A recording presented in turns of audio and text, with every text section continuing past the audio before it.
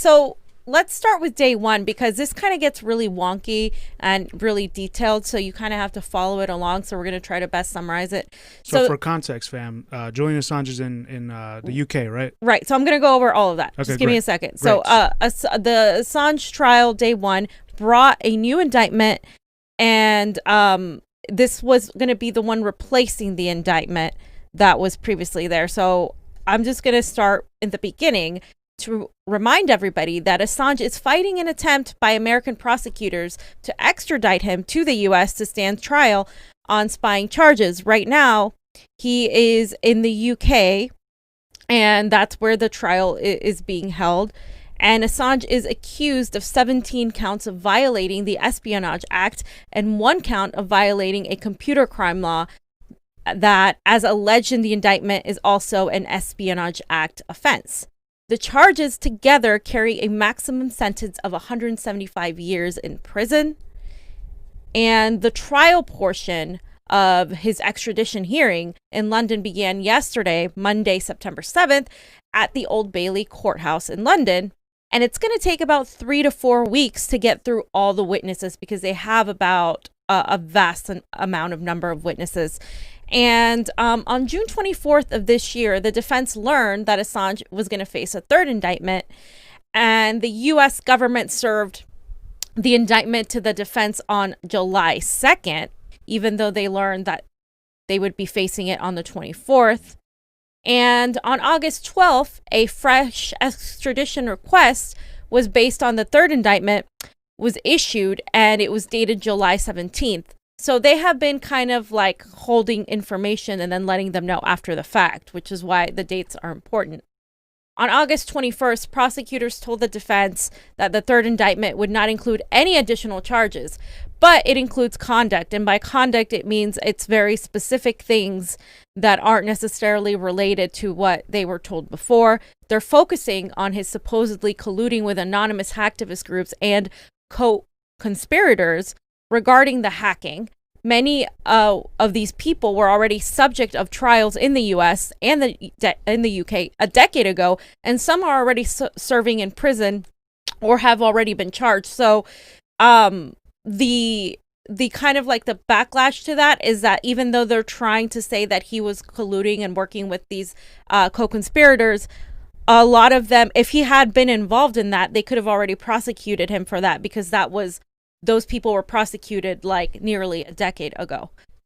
Mark Summers is the lawyer for Assange, one of them, and he referenced 2 allegations, 1 count of an alleged conspiracy to release, quote, national defense information, and another count 2, an alleged conspiracy to commit computer intrusions under the Computer Fraud and Abuse Act. By adding new material, prosecutors think that can extradite Assange, even if they do not convince the court that publishing disclosures from Chelsea Manning was a criminal act. So even if they can't convince the court that publishing those documents is unlawful, they, under this new extradition, this new indictment, they can say that they can still extradite him because it's based on another it's the same charge, but it's based on more specific terms, like I mentioned above. So the judge is Vanessa Barrister, and she rejected the request by the defense for Julian Assange to remove conduct from a fresh extradition request brought by the United States. So they wanted to remove that part, and she rejected the request. And if you guys want to read in detail specifics of like what she said and what she used for that, go check out shadowproof.com, and I believe Kevin Gostola is the one that's covering it. He has direct access to the trial. Only a certain amount of people got access to that trial, and it's obviously it's COVID, so nobody is physically in the courtroom, but people have access to the video of the trial that's going on.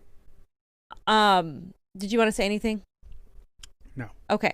So Assange was, like I said, rearrested under this new superseding indictment. So this one replaced the old indictment, but it didn't give him any charges.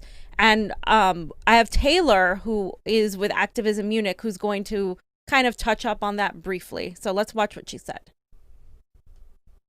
I'm Taylor Hudak with Activism Munich, and today wraps up the first day of Julian Assange's extradition hearings. Now, earlier today, Assange was rearrested under the new superseding indictment, which made the previous extradition requests dismissed and void. This new superseding indictment does not include any additional charges. However, it does allege that Assange conspired with the hacktivist collective Anonymous, specifically the group LulzSec. It also alleges that Assange encouraged members of the public to leak to WikiLeaks and encouraged an individual to hack into an Icelandic bank company.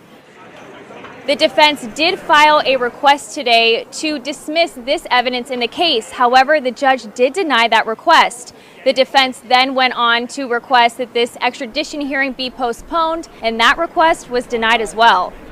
Emmy, can you tell me, what are your thoughts on this first day of the extradition hearings? It's a very difficult time. We are returning to court for the second part of the extradition hearing in the Julian Assange case.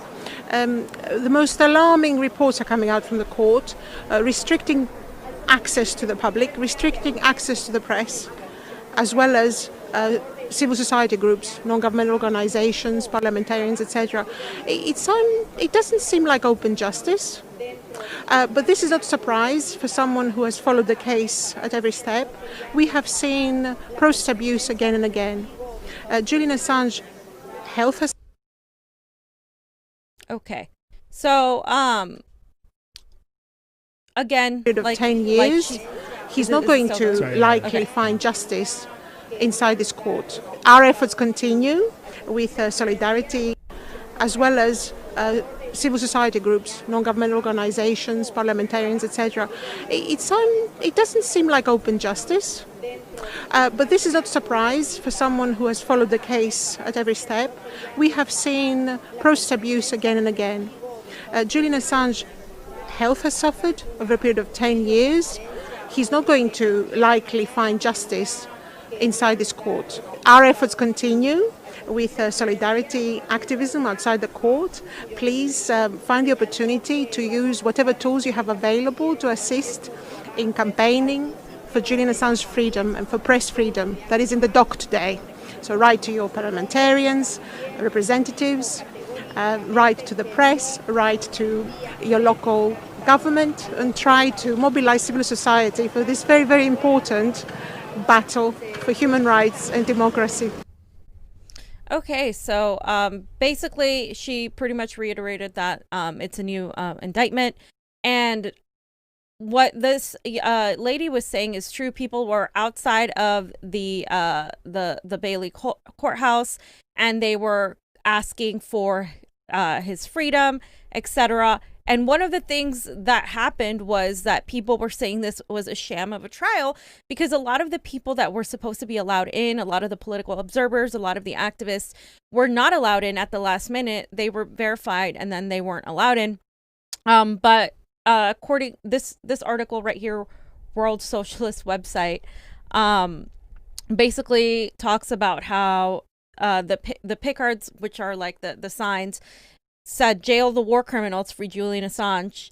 And then Assange's father, which we have a short video of him speaking later, addressed the protesters, holding his phone to the microphone. And he played the soundtrack to the WikiLeaks collateral murder video, which was published on April 2010 and exposed the U.S. war crimes in Iraq. And he said, just as you heard the lie that those people had weapons, the same lies are spread about Julian over and over again. It's 11 years that he's been banged up. Julian has 2 young children. What concerns me today is the rights of those children. They were able to visit Belmarsh Maximum Security Prison the other day, but they weren't allowed to embrace their father under the regulation that if they touched each other, Julian would have to spend 2 weeks in self-isolation and quarantine in jail, as if the circumstances were not dire enough. Assange believes that journalists are the agents of people, not power, that we the people have a right to know about the darkest secrets of those who claim to act in our name. If the powerful lie to us, we have the right to know. If they say one thing in private and the opposite in public, we have the right to know. If they conspire against us, as Bush and Blair did over Iraq, then pretend to be Democrats, we have the right to know. He also said the Imperial shock troops would be those who call themselves journalists, the big hitters of the so-called mainstream, especially the liberals who mark and patrol the perimeters of dissent.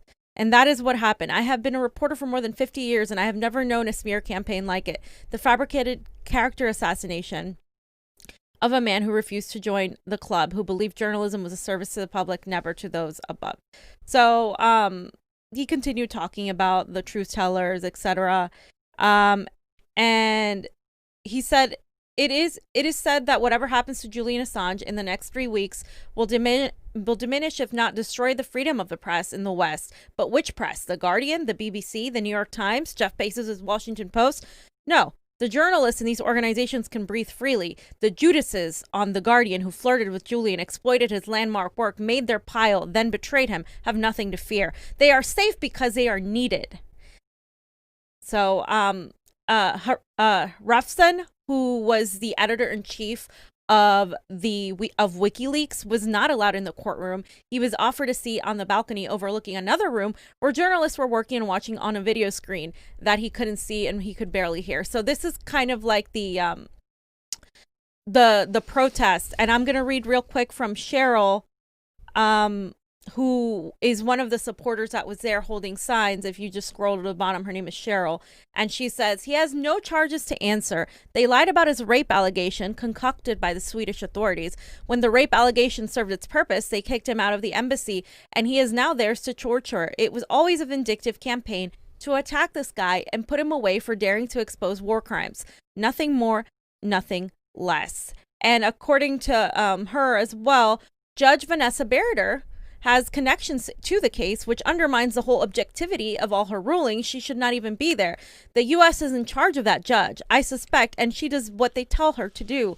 You would expect that sort of thing to happen in some small South American country. The government talks about the rule of law, and nothing they do is about the law. Later on, she says the media is now the parrot of the state. They are not the fifth estate anymore. They are the fifth column, nicely dressed, but enforcers of the surveillance state, the rogue state. They just do as they are told. They are not there to do the news and journalism. They are there to pacify us and make us think that we get the news, but it's all fake.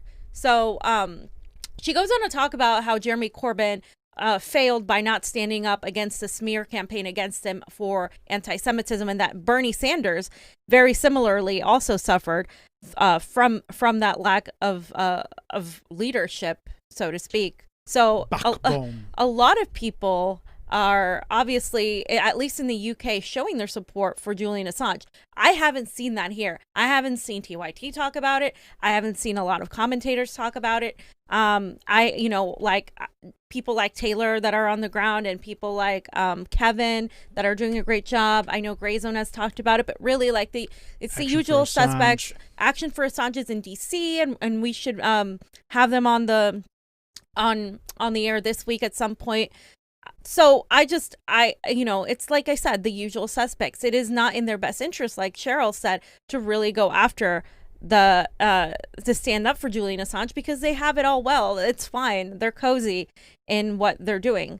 So here's the other video with Taylor in it, where she's talking about the hundreds of protesters and the high profile speakers that gathered to show support for Assange yesterday. Is that on the same page? Well, it's on the link on the thing. No, it's not. It's on Twitter.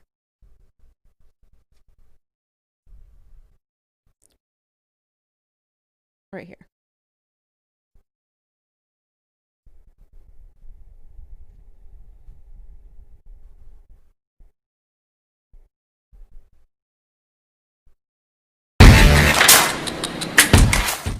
Gotta turn off the music. Don't want to get copyright.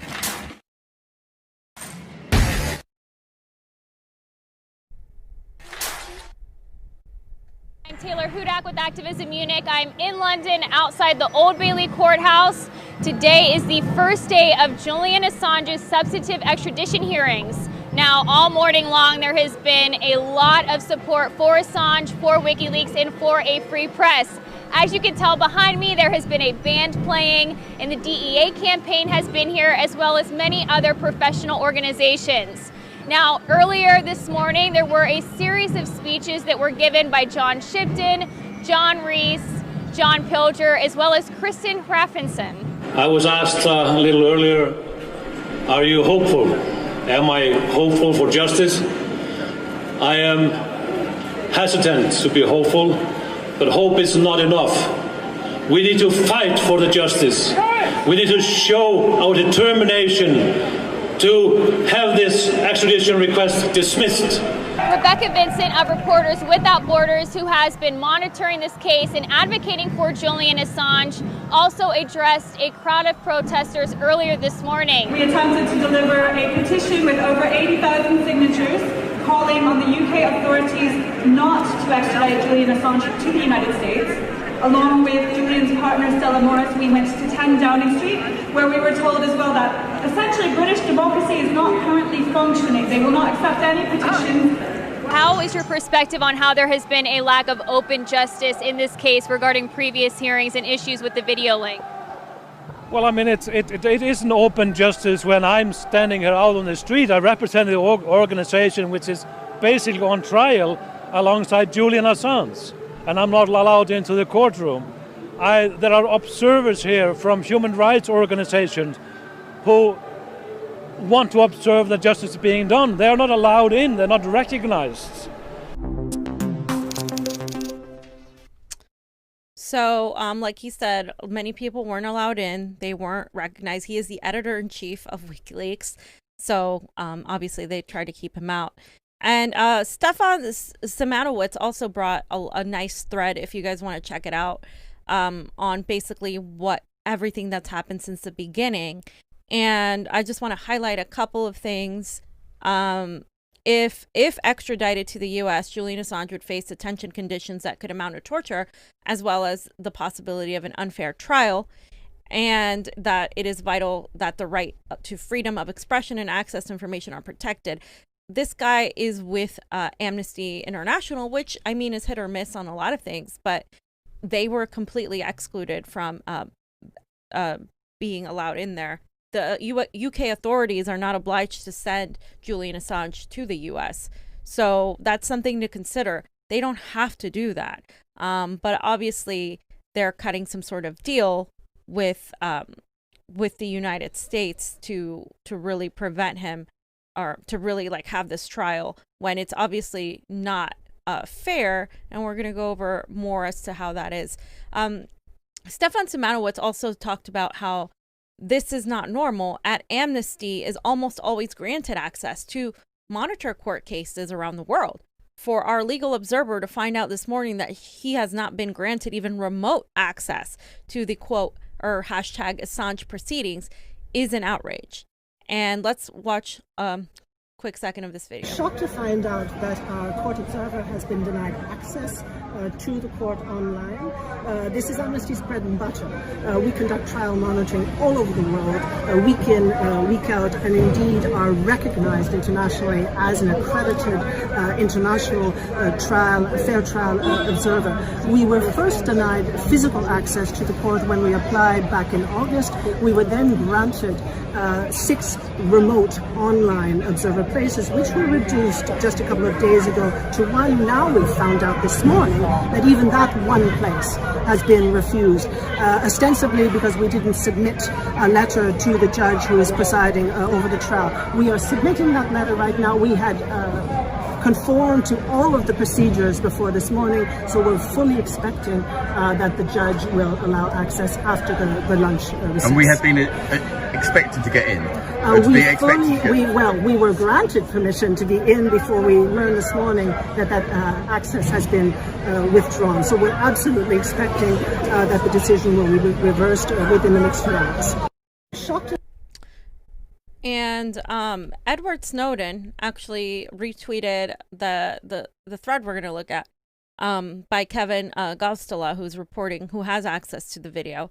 And he said, read this and tell me that the show trial of Assange doesn't read like something from Kafka. The judge permits the charges to be changed so frequently the defense doesn't even know what they are. That's why when I was reading it earlier, they were getting the information as a press release. They weren't directly informed right away. The most basic demands are denied. No one can hear what the defendant says. A farce. So a lot of people are calling this trial a farce and saying it's entirely unfair. So you wanted to look at this? Yeah, so I'm going to highlight a couple things from Kevin's thread. If you have the time, it's a very long one, but it's a very good one. I would go read it. But one of the things I'm going to highlight is that, well, the Assange was Snowden was named later on, but basically what we already went over, the whole thing was that the Assange's legal team was challenging whether the U.S. government can seek extradition pursuant to new allegations in the latest indictment. And according to the defense, the U.S. has offered no explanation for absence of these allegations from first or even second indictment, where allegations date from 2009 and could have been prosecuted at any time in the last decade, including prior to emergence of Swedish proceedings. Meaning, like I said, if they were going to prosecute him for working with the hacktivists that they were talking about, they could have already done so, because that happened like a decade ago. And it's a very long thread. It's very, like I said, it's good. We pretty much summarized everything that says on there. He's also the author of the article. But the prosecutor maintains Vanessa Barrister, the judge, must consider statutory schemes before it can exercise power to remove conduct from the fresh extradition request. So again, they don't want to remove the conduct part from this new indictment, and that's what she completely denied. She completely denied that request. And I wanted to go over day 2 as much as we can, because today there was a couple of things that happened. And today's day 2. Yeah. Okay. Today's day 2, but remember it's the UK, so they're ahead. They're a few hours ahead. So when they're covering this, or people are getting up the crack of dawn to actually cover this. But let's go over what Mohammed El-Mazi said, because he started to say a couple of things here. Today, between 2 to 3 defense witnesses were expected to testify. I believe only 2 witnesses have testified. They're averaging about 2 witnesses a day. And the WikiLeaks editor-in-chief, Harfson, explained that he expects the witnesses to rebut absurdities from prosecutors that Julian Assange is not a journalist and that his activities, which are the subject the U.S. indictment against them, aren't journalistic activities. So here's a little bit of what he has said to them. Where are you at? Mohammed El-Mazi, just... Is that day 2? Yeah. Okay. Oh, it's a Twitter. Mm-hmm. Okay, I didn't know you skipped the graphics. Yeah, I'm gonna go over that in a second. Okay. Sorry. All right. So there's photos here. Yeah, and then it's a little video.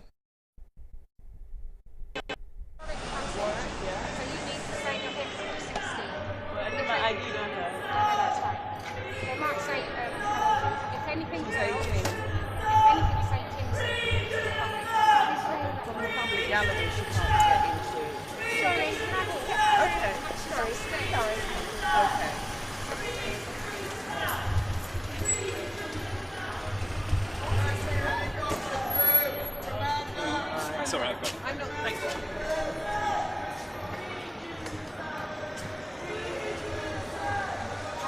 Are you expecting anything? What are we expecting to happen today? There will be a witnesses call today. We're probably going to hear more arguments, basically dismissing all these absurdities and the claims that Julian is not a journalist and his activity outlined in this horrendous indictments are not a journalistic activity. So there will be plenty of experts to attest to that this is a journalistic thing that he did back in 2010-11. So let's hope that they will be able to convince the court, although I'm not too optimistic, I have to admit. Okay, so day 2, just to summarize it because a lot happened. Assange's legal team focused their attention on the U.S. state's torture and war crimes that Assange helped expose, kind of noting that that was essential for people to know about what the U.S. was doing. The defense, Mark Summers, called Clive Stafford Smith. So this guy was a human rights attorney. He's represented prisoners at Guantanamo Bay, and they called him to the witness stand today. They asked him about human rights cases he pursued, and these cases were backed by the publishing in WikiLeaks. They reinforced his cases. Smith told the judge, Vanessa Barrister, that the U.S. State Department cables helped those impacted by U.S. drone killings in Pakistan, contributing to, quote, court findings that U.S. drone strikes are criminal offenses and that criminal proceedings should be initiated against senior U.S. officials involved in such strikes. So not only he's calling for U.S. senior officials to be prosecuted for their crimes. To The Hague. Exactly. Smith also said a high court in Pakistan ruled, quote, drone strikes carried out by the CIA and U.S. authorities were a blatant violation of basic human rights and a blatant breach of absolute right to life and a war crime causing many innocent deaths. The defense then sought to persuade the court that Assange, quote, disclosed U.S. involvement in criminal activity, and it was, quote, public interest disclosures of war crimes and torture. Some publicized info are currently the subject of criminal investigation into the CIA before the ICC, which is the International Crime Court. So in summary, the prosecution against Assange can be seen as a retaliation for the scrutiny brought to U.S. involvement around the world. So because the U.S. was kind of like targeted as, oh, look at what they're doing, that is why they're prosecuting Assange, according to the court trial. James Lewis, who is the lawyer that was questioning Assange and questioning the witnesses, he was repping the Crown Prosecution Authority on behalf of the United States government, said that the U.S. government only charged Assange with documents that revealed the names of informants, and none of the materials that Stafford Smith was asked about had anything to do with it. So he was trying to throw this whole thing out. And Stafford Smith said that Lewis was, quote, wrong about the way in which cases are prosecuted in the U.S. Smith spoke on the times he dealt with evidence of torture against Guantanamo Bay prisoners being classified, and how the U.S.'s position has been that revealing such information will endanger U.S. and their allies by fueling terrorist attacks in retaliation. Lewis, who is the lawyer, again, said to Smith, you cannot tell the court how this case will be prosecuted. You're making things up. And it is worth noting that under the Trump administration, I know there are people out there that think Trump might pardon Assange. I think that is ludicrous because under the Trump administration, the U.S. government has sanctioned officials at the ICC for investigating allegations of war crimes in Afghanistan, likely committed by the CIA, Afghani government's forces, the Taliban, and their affiliates, including an investigation into the CIA rendition and torture program in this country. So those people that are investigating the CIA and these forces are being sanctioned by the Trump administration. So I really don't know why we would think that Trump is going to pardon Assange. I mean, it's worth a try for people to ask for that to happen, but I don't think that's going to happen based on this. So I'm going to go over a couple of other things, but if you guys want to look at more detail, again, the shadowproof.com has done the best job of summarizing each day's proceedings from yesterday's to today's. So again, Kevin Gostola did another thread, but I specifically want to point out that this part right here, although this is from yesterday, this is a comprehensive list from Professor Mark Fieldstein, witness who testified on day 1 about the frequency of published leaks in journalism. So they were citing examples from 1844 to 2008 of basically leaks regarding regarding, like things the government did. Like in 1848, the New York Herald published a secret draft on the Treaty of Guadalupe Hidalgo, which ended the Mexican-American War. They're trying to show that what Julian Assange did was journalism, and in fact should be allowed to as a way to inform the public. He said an informed public depends on free and independent press that can serve as a check on governmental abuse of power, kinds of abuses that WikiLeaks has made public. So even though this guy was a witness for Monday, he wanted to reiterate that. Later on, he talks about Stafford Smith and how he revealed the U.S. drone killings, etc. But we go on to see that Julian Assange actually got pretty irritated by the prosecution. And I think it said it right here. Okay, yeah, that's when he said, I think you're very wrong about the way cases are prosecuted in the U.S. And then if we scroll a little bit further, Assange got really pissed off. I had it directly, but I'm not seeing it. Yeah, it didn't say it directly. Let's see. I'll find it.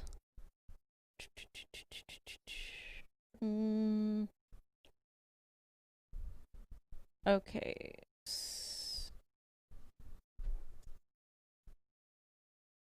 So much information. Okay, here it is.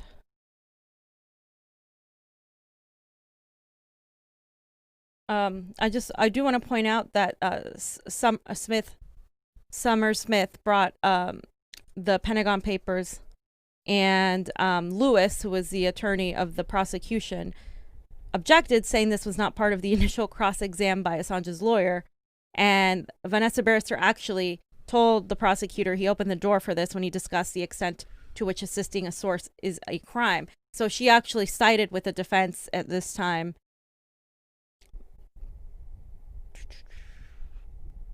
Don't know. I'm not seeing it somewhere up here, but basically Assange was said, this is ridiculous.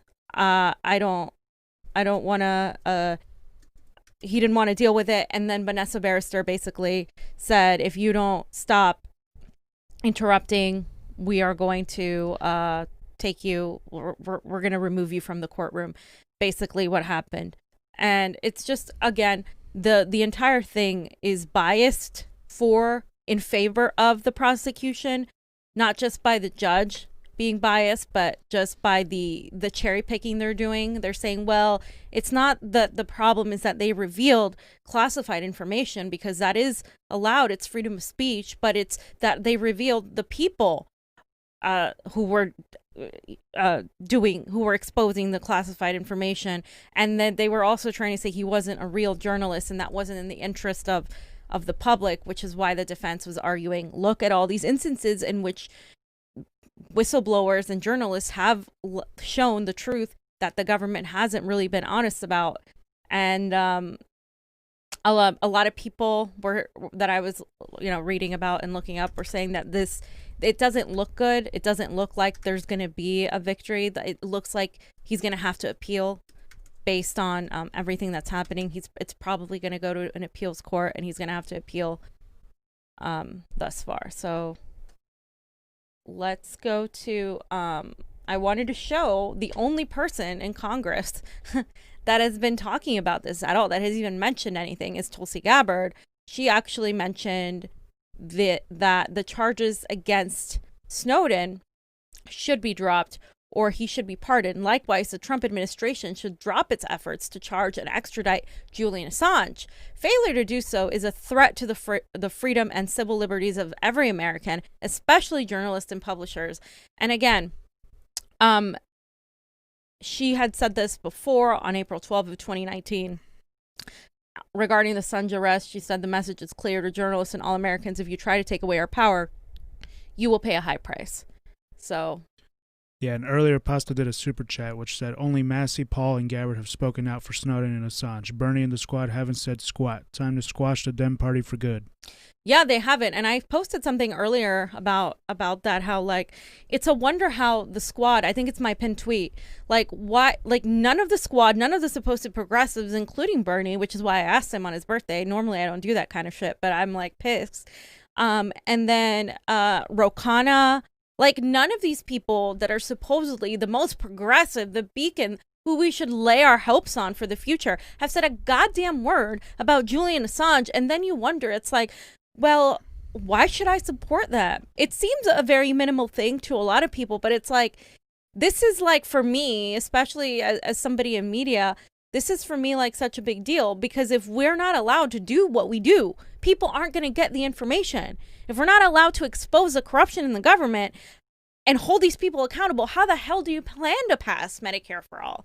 How the hell do you plan to pass a Green New Deal? How the hell do you plan to pass election reform?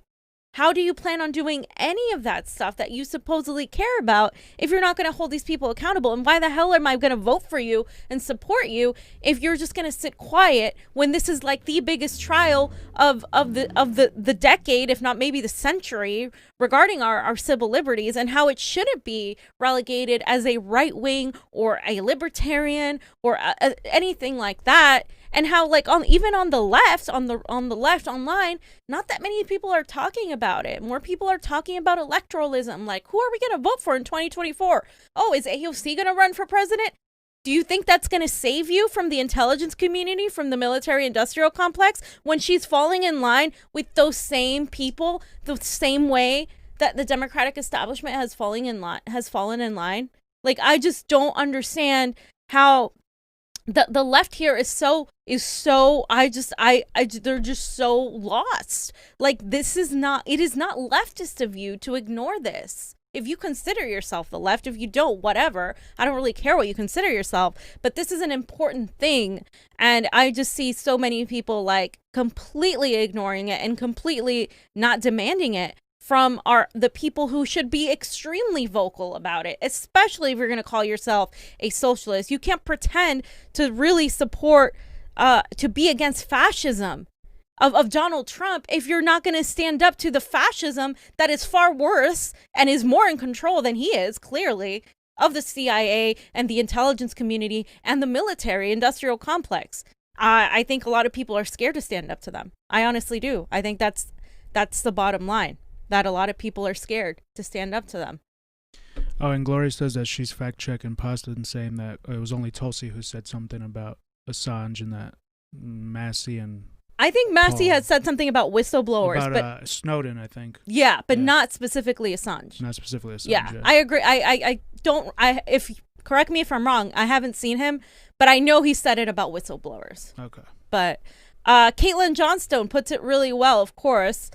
She said, the most powerful government in the world is currently conducting a prosecution protecting its right to lie to the public about the evil things that it does. And somehow the public isn't shaking the earth with unmitigated rage about this. I mean, really, like, that is how I feel. Like, I don't understand why people aren't pissed off and like why nobody's talking about this. Like, I'm baffled. And I didn't know the left was this stupid in America, and I'm sorry if that offends people, but like you have, and we're going to go into that in a minute, into what the left, the progressive, the home of the progressives are doing instead of really paying attention to this, which is pretty much just like talking about how bad Donald Trump is. Like that's all their focus is, when literally the Democrats and Republicans fall in line the exact same way when it comes to Julian Assange, when it comes to our foreign policy.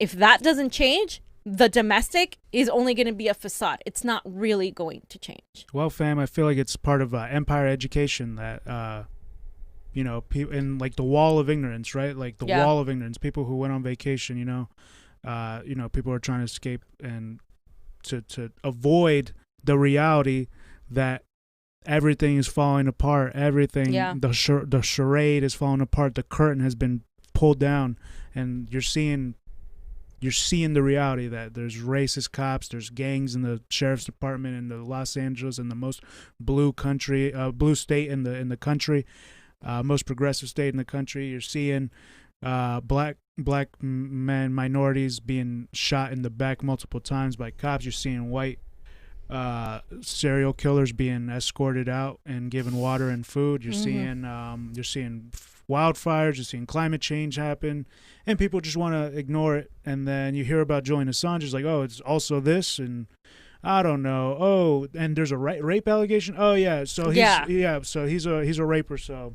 And by the way, speaking of that, like I sort of covered it, but Caitlin Johnstone has an entire thread, and I'll put it up on my Twitter later, but she has an entire thread debunking every single thing that people have said about Julian Assange, especially the rape allegation, which just sort of, they completely dropped it after he was extradited, after he went into the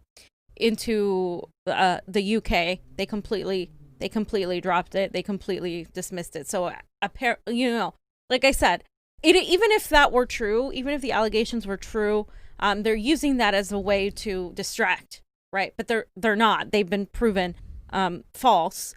And it's really interesting that, like, I've seen it on the left too. People are like, well, he's a terrible person. He's an asshole. Like, even if he were an asshole, what does that have to do with protecting everybody's freedom of speech? You don't have to like the guy.